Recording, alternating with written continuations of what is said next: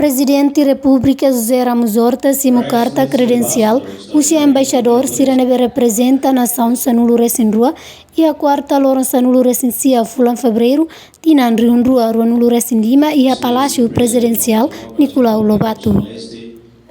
Cerimônia credencial marca início formal da missão diplomática do embaixador Siranian da Timor-Leste, no sublinha a relação internacional na União de Buras de Down.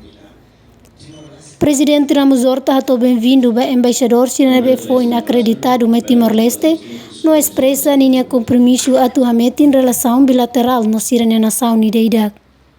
A reunião representa passo importante e a viagem diplomática timor-lesteniana até o presidente Ramos Horta, a expansão da parceira diplomática e o continente toma a me cria oportunidade de uma cooperação, no dar democracia foi saída, a me valoriza a relação internacional, Siranebe ajuda a meter a minha posição e a comunidade global, enquanto avança a minha compromisso comum da paz e prosperidade.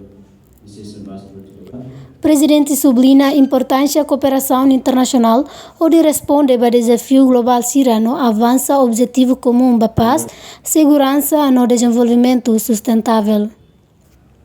Embaixador na Sanulu Recém-Rua nebe maka apresenta a sirene credencial makanesan Armin Lima, Rússia, Bósnia, Herzegovina, Minor Jacobo Chuyon, Salgueiro, Guatemala, Jessica Maria Lopes Pina, Venezuela, Prof. Talib Kuchukan, Turquia, Sergei Genadivis, Tolkien, Rússia, Mars Gerichen, Holanda, Tomás Ferko, Eslováquia, Roberto Colamin, Itália, Eliaho Vered Hajam, Israel, Tania Dimitrova, Bulgária, Herman Pule Diamos, Namíbia, Daniel Jocelina P. Quedras, Uruguai.